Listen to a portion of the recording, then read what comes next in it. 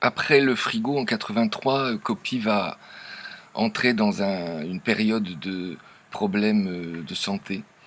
Il écrit quand même une autre pièce que nous ne présentons pas en 85, qui s'appelle La nuit de Madame Lucienne. C'est une pièce un peu à part dans l'œuvre de Coppi. C'est une sorte de thriller pyrandélien qui se passe la nuit dans un théâtre. Euh, et ce théâtre abandonné, ce théâtre fermé, va être l'occasion d'une succession de péripéties durant toute la nuit.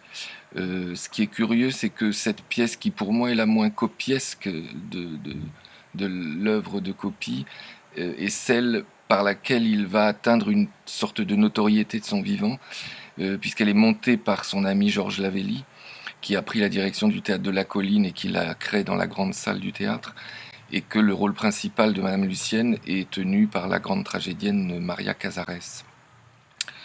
Voilà, puis c'est dans ce moment-là que Coppi tombe malade. Il attrape ce qu'on appelle à l'époque le cancer gay, qui est aujourd'hui le sida.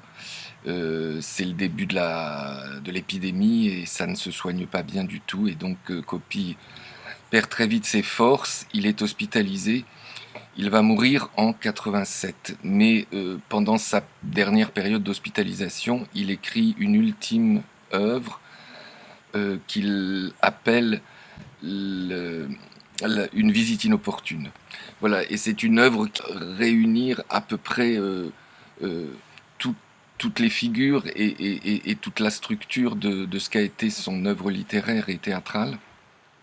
Euh, Comme le rat dans la pyramide ou comme le travesti dans le frigo, c'est un homme qui est un double vraiment de Coppi, un autoportrait, un homme, un quinquagénaire homosexuel atteint du sida qui est hospitalisé et dans sa chambre d'hôpital, pour sa dernière journée, il va mettre en place le cérémonial de sa mort. Pour ce faire, il va convoquer autour de lui 5 figures qui sont un petit peu les figures fantomatiques des personnages qui ont occupé et rempli sa vie. Il y a 2 figures de femmes qui sont un peu comment dire, la double figure de la maman et la putain.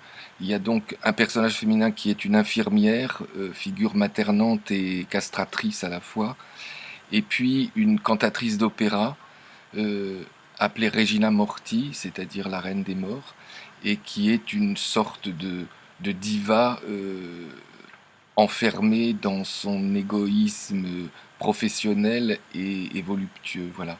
Et puis 3 figures d'hommes, un personnage qui s'appelle Hubert et qui est une sorte de miroir mémoire du personnage principal de Copie, mais qui est l'ami de l'ombre, celui qui l'a accompagné tout au long de sa vie et qui en quelque sorte l'a soutenu, créé, euh, et voilà une sorte de figure à la Pierre Berger par rapport à Yves Saint-Laurent.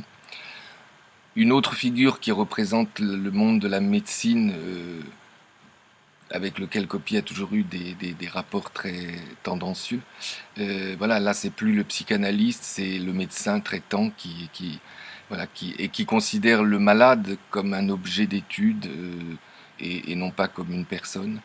Et puis la dernière figure masculine, c'est le jeune homme qui va se révéler à la fin de la pièce être le fils inconnu du mourant. Et ce jeune homme qui est la figure à la fois désirée et haïe de la jeunesse et de la beauté.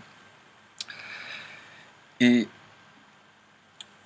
cette pièce s'achève par un dernier simulacre, c'est-à-dire que euh, le mourant, le Copie, euh, organise une fausse mort qui lui permet de se débarrasser de la plupart de ces figures qui l'entouraient et qui voulaient lui voler ses derniers restes de vie.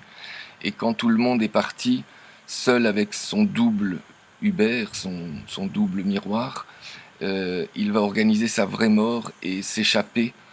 Il vole le manteau de Regina Morti, la reine des morts, et il part avec son ami d'enfance Hubert rejoindre un mausolée au Père-Lachaise et retrouver voilà, les ombres nombreuses qu'il a créées tout au long de sa vie d'écrivain.